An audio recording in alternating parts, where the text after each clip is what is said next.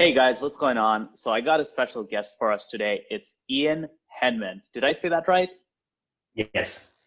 Okay. So Ian is an expert at YouTube ads for local lead gen, especially in the insurance field, where he's gotten some really impressive results. And I wanted to bring him on the channel to basically talk about his journey going from running Facebook ads to running YouTube ads and how he was able to achieve some really great success with YouTube ads. So Ian, why don't you tell a little bit about what you do and your background? Sure. So, I run a lead generation business specifically in the insurance space, life insurance, final expense insurance in North America, US and Canada. We're based in Canada. So we sell leads to brokers pretty much right across the country in the United States and Canada. And originally on Facebook, which we can get into, and now on YouTube, of course. We don't do any retainer-based stuff.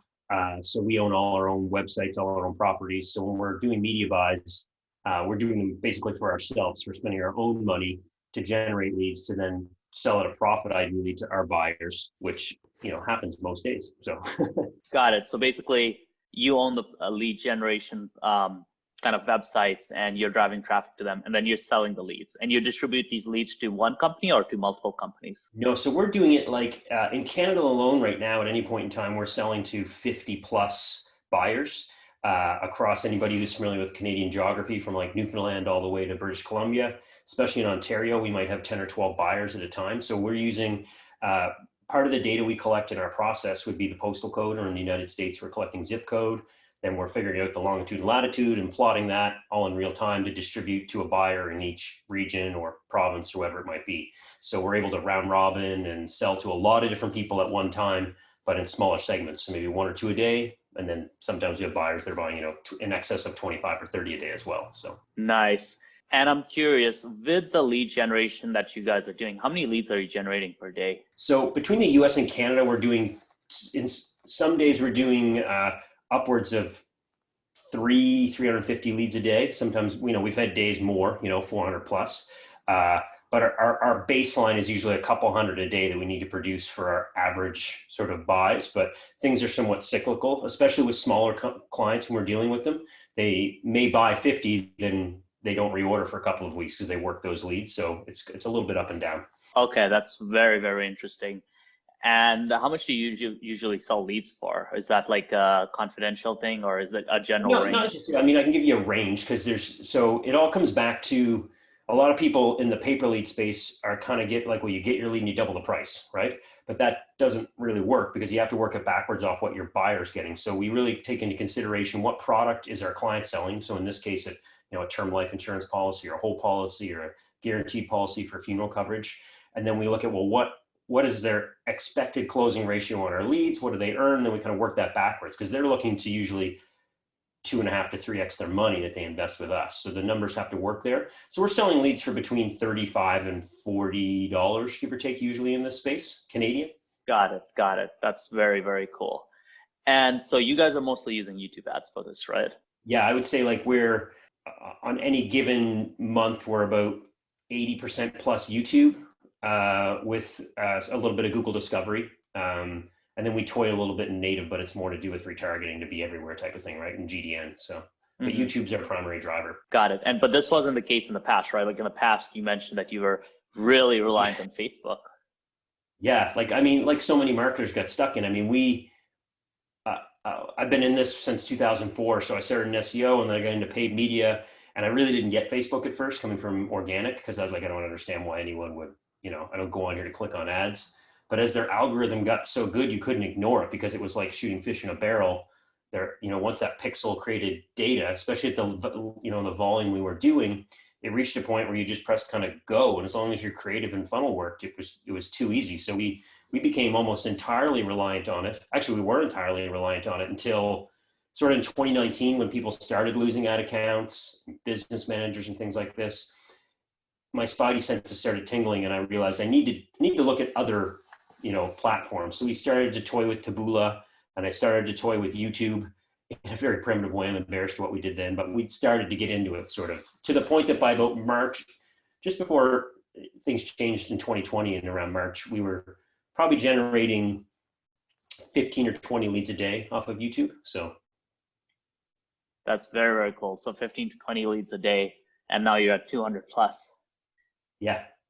Well, And and what did the point of that is our back ended up against the wall, and we didn't really have a choice but to get to that 200.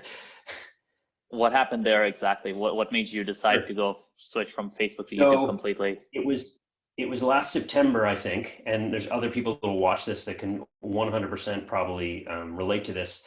And I got a ding, and it was on my email, and it was something I'd seen before. It was from Facebook, and it was ad account disabled for policy violation. Another ding, and then another ding. And then I messaged one of our team members on Slack, and I said, hey, can you go see what ad account got shut down and prepare our canned, literally we had a canned appeal letter, just change the account ID and everything like that to appeal it. And normally I always got turned back on, and she went to log into Facebook, and she's like, Ian, I can't get on. I'm like, what do you mean, right?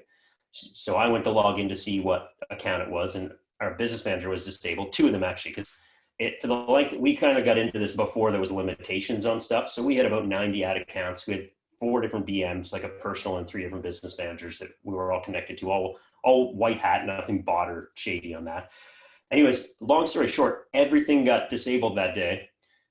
The teammate I'm speaking of, her account got shut down. They thought she wasn't a real person. She had to like submit ID and everything. And even when she submitted the ID, they're like, yeah, you're sorry, you're not real. We don't buy it. They never gave her account back.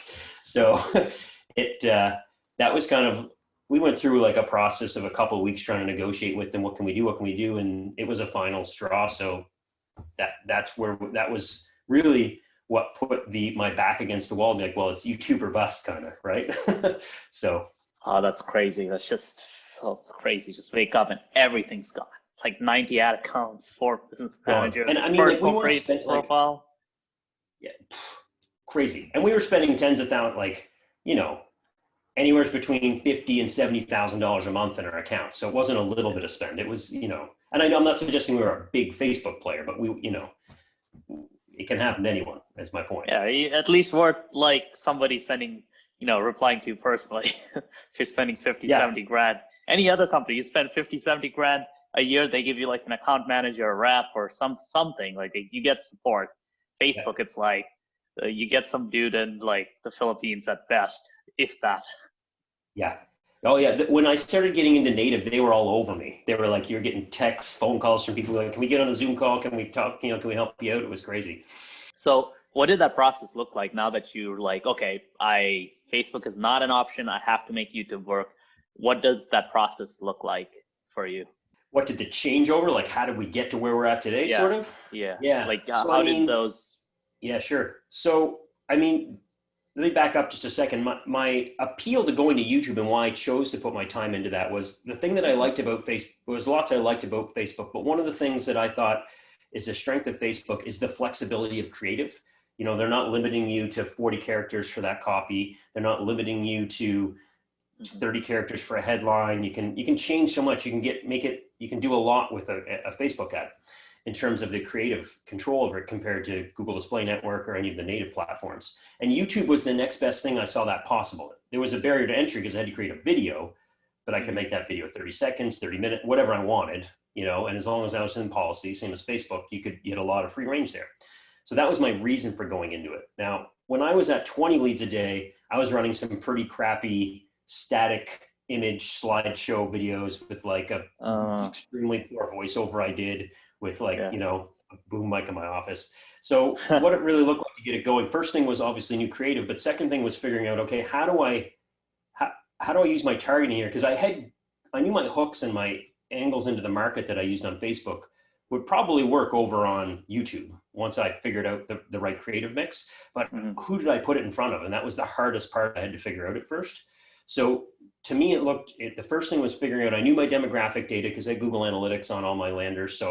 And had the advertising features turned on. So I kind of figured out that in-market data and stock affinity data I could grab out of analytics. I knew my age demo for our insurance products. So I just started slowly launching to that, to those markets. And bit by bit, what was happening was I was finding, audiences that worked and matched with certain type of creative. I was finding, a female voiceover worked with women and it didn't matter with men in this age demo. And I slowly started to be able to build things out. It was a long story of like testing smaller regional campaigns versus national campaigns. But long story short, where it landed was I really was able to come up with a pretty solid testing strategy to, you know, constantly have a Sandbox campaign working and keep our production campaign, and, you know, just kind of realizing how long things last, I guess, in a way, right? So when you mean a Sandbox and a production campaign, are you talking about like your mainstays that perform, and then Sandbox is kind of a testing campaign? So the way that I do it, so I mean, everybody's got their own way, right? Anybody we talk to. So the way we do is usually I'm just constantly trying to find an audience that matches with a piece of creative that spits out the result at a CPA that's acceptable for what I need to sell it at, right? Mm-hmm. But I know it, especially if we're operating in Canada, I have a ceiling of cap, especially if I'm dealing with an in-market. And then if I'm dealing with a really big affinity or a custom, it's hard to tame it to keep that CPA in line, I find, right? So that's a little more in depth. But so I've got a production campaign going with, say, 1 or 2 audiences and ad groups to creative that works, but I know that's going to expire, and I know I may need a little bit more juice out of it down the road, or it's whatever's going to happen. So I create a Sandbox campaign. My Sandbox testing strategy is 5 audiences that I think are going to work, which could be either I'm taking them from audience insights, or I'm always taking them from insights now because I don't need to rely on GA, but at that time I was taking them from analytics. To I know creative that works, and I just let them go, right? And then usually after 48 hours, one of them bubbles up, I shut everything else off around it, and I let it run. Then I do it again, right? And got it. So one campaign, 5 ad groups with 5 different audiences, or is it 1 ad group with 5 different audiences? No, I always isolate audiences because, as you would know, probably it's impossible to spread that spend evenly across those audiences in an ad group. So I would put 1 ad group, 5 audiences. Like, okay, sorry, pardon me, audience per ad group. Got it. So 1 campaign, 5 ad groups, 1 audience per ad group. Okay, and then basically how many creatives would you also have in there in each ad group? So in that, I always want to have at least 2 because I find CPM drastically suffers if you've got 1 running, right? But any more than 3 in that, and 2 is usually what I'm doing in that situation, because unless I find I've got too much budget there, it's like pouring champagne down that pyramid. There's not enough champagne at the top to fill all the glasses, right? Unless you get a big budget driving through that campaign, there's too many variables for the algorithm to test. Champagne going down a pyramid. I haven't heard that one before. Seen that at a wedding? I don't know. Maybe I've been to the wrong weddings, but I see it. This like wedding one time where the glass was at the top and they like filled them all some fancy way, spilling it down through them all, and that's stuck in my head when I'm testing things. I pictured the campaign being the top glass, then the next level are the ad groups and my audiences. And then there's so many ways to slice and dice it as you go. Like now we tend to sometimes, you know, when we want to get more expansion on something, or I guess scale on something, I might divide out.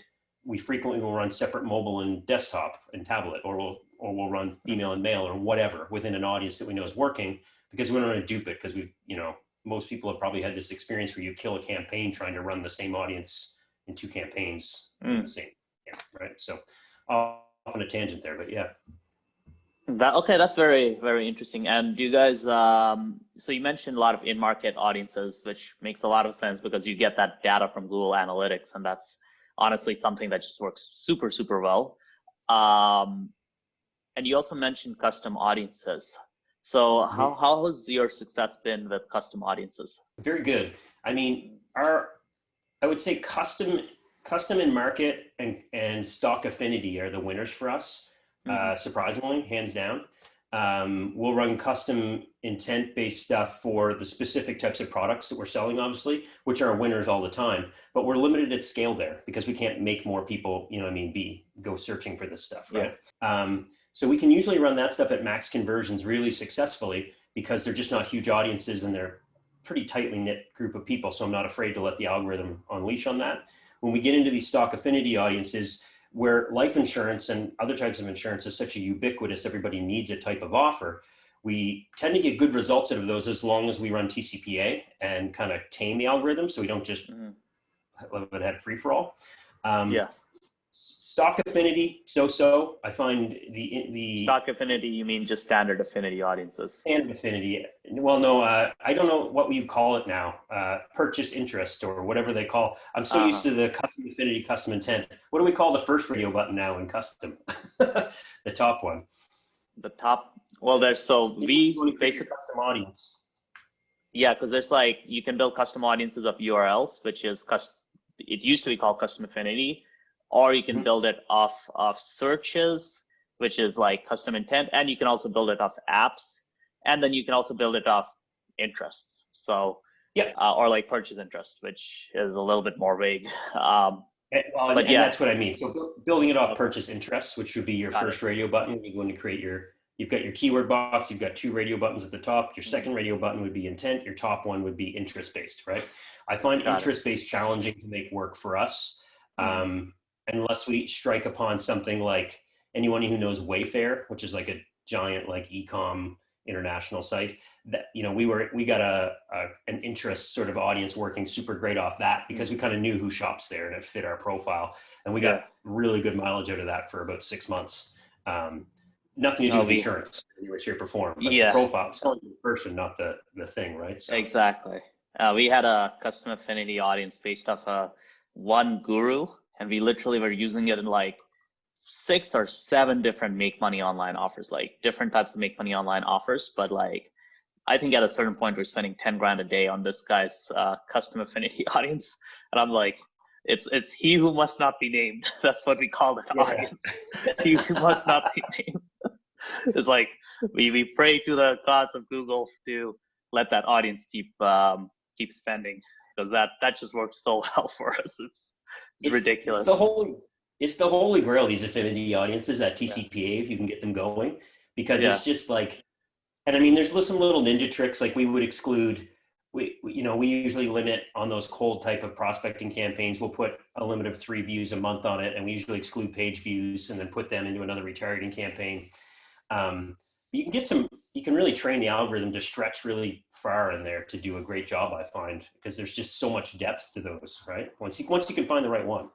Yeah, and I mean that's a big thing for us is number one is just massive testing of audiences as well as creatives is important, but the audience testing, especially when coming from Facebook background, people are like, oh, lookalikes. So, like they default to being like, oh yeah, lookalikes. So let's use YouTube similar audiences, which doesn't work super well most of the time. Like sometimes they can work, but it's pretty mediocre.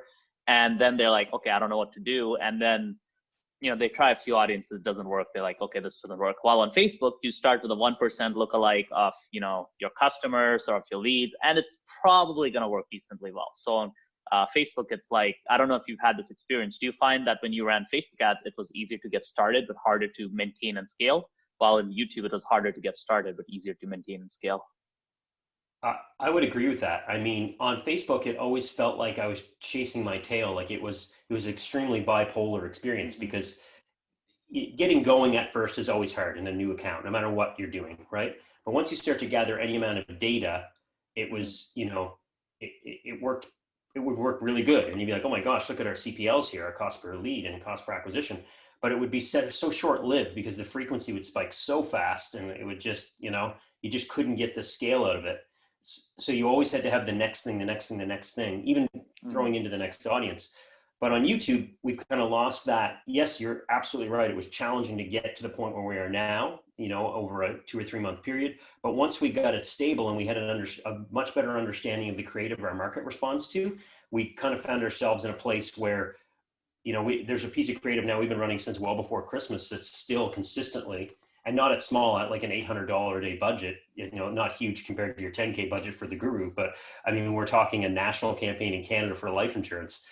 It's Mm-hmm. pretty good to drive out 50 leads a day or 40 leads a day from a campaign like that, that we don't really have to touch because our creative is dialed in. We've got 2 different ones running to 2 advertorials, and it just works, right? That's something else that'll chime in. Sorry, we're all over the map here, but something unique that I tested that I don't see a lot of other people doing is we run a lot of YouTube traffic to advertorial, not to opt-in or quiz or anything like that. And it's performed really well for us in this space to help the education line go down, and our lead quality, which is important to us, because getting leads is one thing, but getting leads that our clients can sell to is another. And that advertorial piece after the ad, the video drastically improved that for us. That's interesting. We've ran an advertorial, ecom advertorial, and that works Mm-hmm. super well. And we scaled that up to like $8,000 or $9,000 a day at its peak in spend, and at 25K a day revenue, and to literally an advertorial, which introduced them to this kind of like product line, and then they would go to the product page. So advertorials are super powerful. Obviously, I haven't used them in lead gen yet, but sounds like if you guys are running lead gen, that's a golden tip. You know, you like try an advertorial, because that's something that I can see work really well, because especially in something like solar.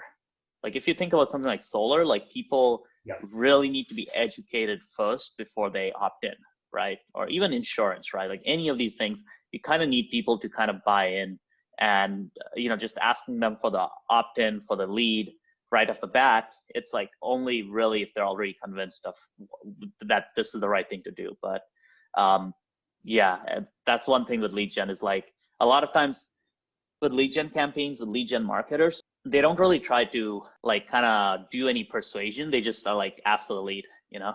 I guess that's, yeah. So you're only getting the hot prospects.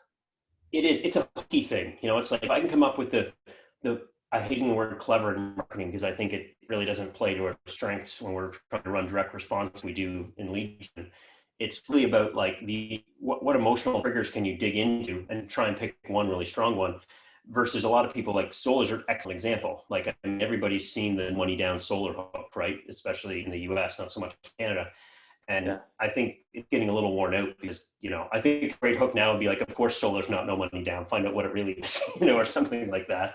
But Yeah. you driving to that advertorial, you've got a strong headline, a lead, a story, you know, your bullets, and then a close, almost like you're writing a sales letter. I think a lot of people just write a blog post and think that's what it is, but you getting into it, and I'm sure that's probably the experience you guys had with that e-com product. Back in my affiliate days, I can remember doing that and writing that content, persuasive content pre-sale page before you got to the offer just made such a drastic difference. Like, you know, cutting costs by 300% sometimes for CAs, right? So that's definitely interesting. So yeah, guys, if you're doing lead gen, try that out. Advertorials, that's actually a really good tip, because I don't see that. You know, most lead gen I see just straight to a form, very, very like direct. So in terms of kind of on your journey, right, from basically, you know, getting banned on Facebook to scaling to 200, 300 leads a day on YouTube, you mentioned one of the biggest epiphanies was the targeting, right? Figuring out the in-market audiences, the custom audiences, and you also mentioned, you know, obviously figuring out the creative. Now, what did you guys do in terms of the creatives to get them to finally like start working at scale? Sure.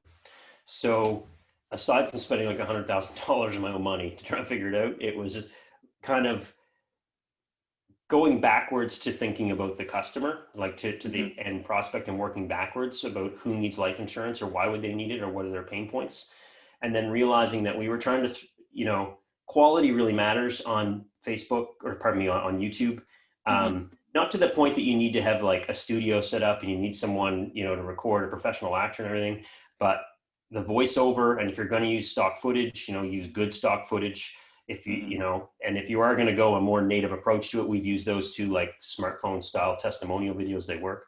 But really it was a lot of testing, trial and error. So we went from, it was an accidental encounter I had with a videographer that was like, yeah, that video is horrible. Like if you're going to at least do this type of thing, go check this out. And he introduced me to things like Storyblocks and Invado Marketplace, and like, what, I can pay like $100 a month and get access to this, you know, like stock content.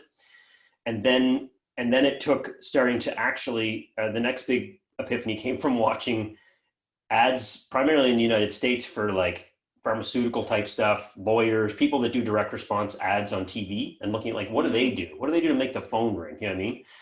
And I started to piece it all together, that these kind of sliding text overlays with the target demographic in the imagery, keeping the voiceover on check with telling the story, you know, making 2 or 3 call to actions through that 60 to 90 second piece.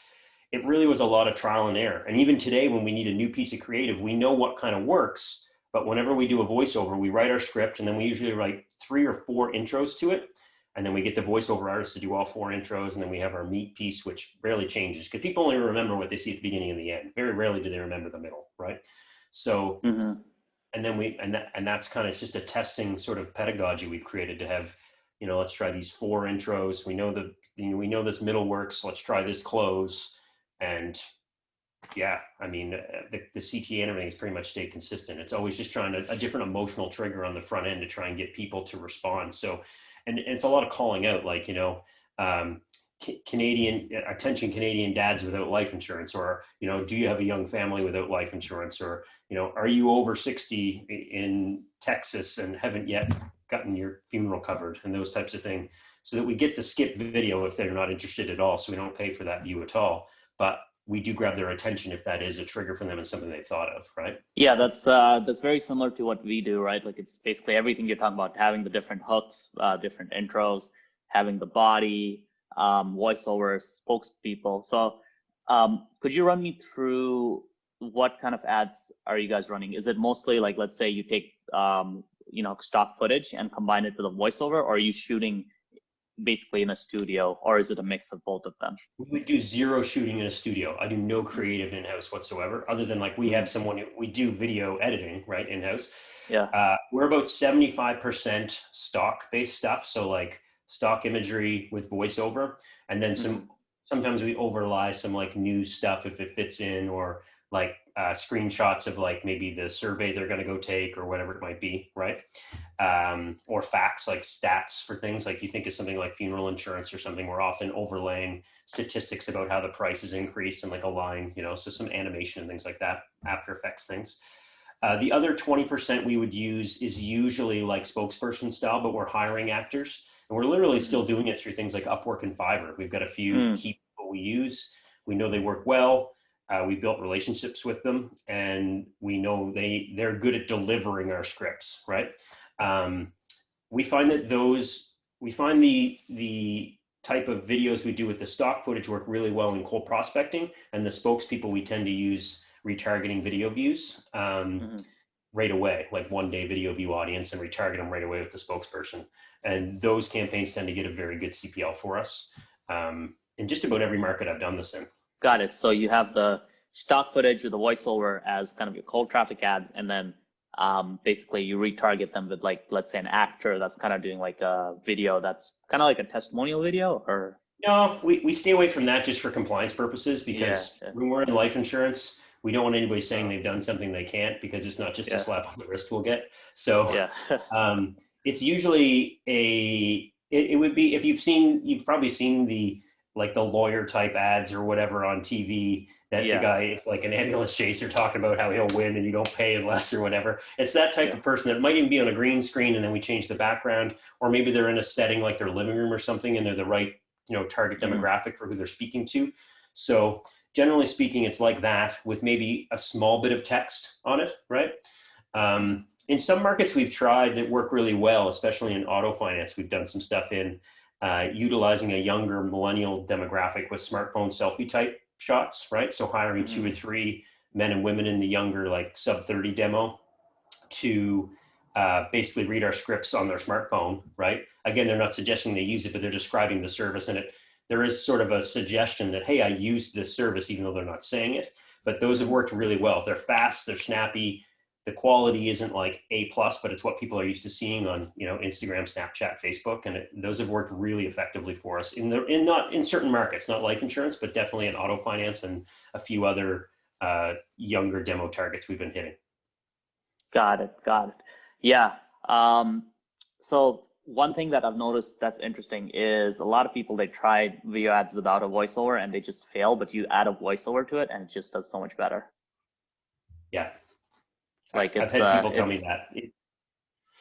Consulting clients have come my way and be like, what do you think of this video? And I'm like, I'm not going to read that. Sorry. They've got all that. Yeah. It's like, exactly. Like I see, sometimes e-com people, they try like, some really crappy video ad that's working on Facebook, on YouTube, and doesn't even have a voiceover. And it's like, voiceover is the bare minimum, because then, YouTube, unlike Facebook, there's videos autoplay with sound, right? An ad autoplays with sound. So no sound is actually really weird. On Facebook, you can get away with no voiceover because it's like the captions. And a lot of times you're going to watch an ad and not even listen to it because you're not going to click the unmute button. But because of that big difference between Facebook and YouTube, the voiceover is an absolute essential key to doing like YouTube ads, at the very least. If you're not doing that, you've got to do spokesperson ads, which has worked really well for us as well. I think there is I have nothing against spokesperson ads other than from my standpoint, with the amount of creative we churn out, it would get really expensive, right? With how frequently we're testing. Um, so, and I have never really, we can get $12 to $15 CPLs with voiceover, some text, some nice After Effects text overlay and stock video. And I've never beaten that with an actor yet after trying it a dozen times or so with the same type of script. And that's not to say that it doesn't work in other markets. This is just for my primary market, right? So I'm definitely not belittling the spokesperson usage. I think for the person who, and the reason that I believe it works better for us in the retargeting is because I think the actual human gives that credibility factor to push them over to the next step to take action. We've all done that. We've all seen an ad on the 5th time where we were like, the first time we're like, the second time we're like, what is it again? And then eventually, next thing you know, you can actually follow the journey where you took action. You're like, oh crap, they got me, Yeah. And I think the spokesperson really helps us push over the cliff that way. Yeah. What I've seen is spokesperson ads in info works really well, because when you're selling the course or some sort of information lead magnet, people kind of expect that, in many cases. And we've done ads with just no person in there, just like a voiceover. But we found the voiceover ads work pretty well in stuff like e-com, where you combine that with product footage. But with info, definitely found that having a person in front of the camera is definitely key to convince them of the opportunity for that, at least. Cool. So I think we've covered a lot in this video. Tons of gold. What would you say is like your number one tip for YouTube ads lead generation with, insurance and other niches? Like your number one tip, if you would summarize kind of like, the biggest lesson you've learned? Because I think we've covered targeting, we've covered creative, we've covered like kind of testing strategy, campaign structure. So truthfully, the biggest tip is one of the most boring tips I think that you can give is I find most people don't have tracking in place the way they should.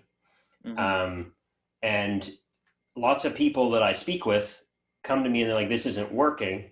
And I'll say, well, let's check out your view rate. Let's check out your CTR. That's what we can control on the platform, right? And how that behaves. And, is it an audience problem? Is it a creative problem? But then what happens post-click? And no one seems to set up events after that, whether it be through a tracker or whether it be, we set up events everywhere. So we set up a landing page view event. We set up a click through from our advertorial to our survey. We set up an event at different points in the survey. We set it up for the opt-in. So I can literally see both in analytics or even in AdWords where somebody falls off. And that's one thing. I know it's not sexy for YouTube, but the second thing is you have to test however much you think you need to test. You should 2 to 4x that, and don't wait for something to burn out. Like you just got to throw a lot of stuff at the wall. And it's not because it's a gambling thing. You just don't know, as marketers, we're wrong so often, not because we're not good, but it's because we're dealing with humans. And we just, I half the time I'm not good with knowing what my family needs when I'm home. And unless they tell me directly, how am I supposed to know what you need for whatever it is I'm trying to sell you online until I start testing it, So I think massive testing and making sure your tracking is in place so you can tell where the problems are in your funnel if it's not working. Nothing worse than throwing the towel in, saying YouTube doesn't work, but you really didn't even know what to look for and why it's not working. So yeah, that's so key. Like sometimes it just takes significant amounts of testing. Like sometimes you're lucky, things start working day one, everything's great. A lot of times that doesn't happen. Most of the times that doesn't happen. So people give up way too fast. People are like, oh, I'm not getting results day one. YouTube doesn't work. It's like, no, you have to do a lot of testing, right? Like if you want to, like scale things to and make millions of dollars, you can't expect to, just test on a, $500 budget and expect to get that result, right? Like you literally have to test a massive number of variables, which is what it comes down to. And the tracking part is huge as well, right? Like the tracking needs to be set up properly. You got to have events set up for different parts of the funnel so you can kind of see what's going on. So I agree 100% with that as well. So Ian, I know you mentioned that you have a YouTube ads for local course, right? Like a lead generation course. Where can people find out more about that? Because I think, it's definitely we're just something. We're building out version 2 now. So the best place is if you go to ianhenman.com, You can put a link in there, just the last name's Henman, Henman. There's a courses link on there, and when version 2 launches, that'll be available there. We've got a free course too on there you can get called Left to Right, which is how to set up your tracking from A to Z, and how to set up all those events, and how to kind of find out where the holes are and everything, so you can kind of have how to read it. I find it, when I introduce that to people, it really changes their world for their ability to not just use YouTube, but discovery, GDN, search is a different beast, but any type of indirect advertising with Google, when you set those events up, like you mentioned. And the other thing that people seem to miss, I think, is if you set all those events up now, well, there's so much data you can get from an insight perspective if you set up audiences for those to see, like, well, who are these people like what audiences, this is just sort of dive back into it there, but if you can look at your audience insights for not just page view, but someone who almost got to the final step of your funnel, well, they're ideal people to look at, like, who are they, what in stock or what in market and stock affinities are there. So it's another great place to check, besides just conversions, because you need so many conversions to start looking at that data, right? Yeah. But for someone starting out new, if you set those events up all the way through your funnel and start at just one step back from conversion, well, then build an audience off that and then start using that for insights inside your account to start figuring out where to dig in next, right? If that makes sense. Absolutely. That definitely is something that, when you don't have that sales data, you go add to cart, and then, you can get valuable insights, you can get audience ideas from that inside Google Analytics. So that's a super valuable concept as well. So yeah, guys, go check out Ian's website, ianhenman.com. I'll have a link below. And also, guys, another video for you guys to watch on this channel is my interview with Marius Dupries. It's hard to say, but he also does a lot of local lead gen in Australia with solar, mortgage, finance. And so that's another interview I would recommend watching after this one, so you guys can get some really good ideas on basically how to really start doing local YouTube ads. So yeah, thanks, Ian. And yeah, it was a pleasure having you on here. Thanks very much. I appreciate the chance. Have a great day. Cheers.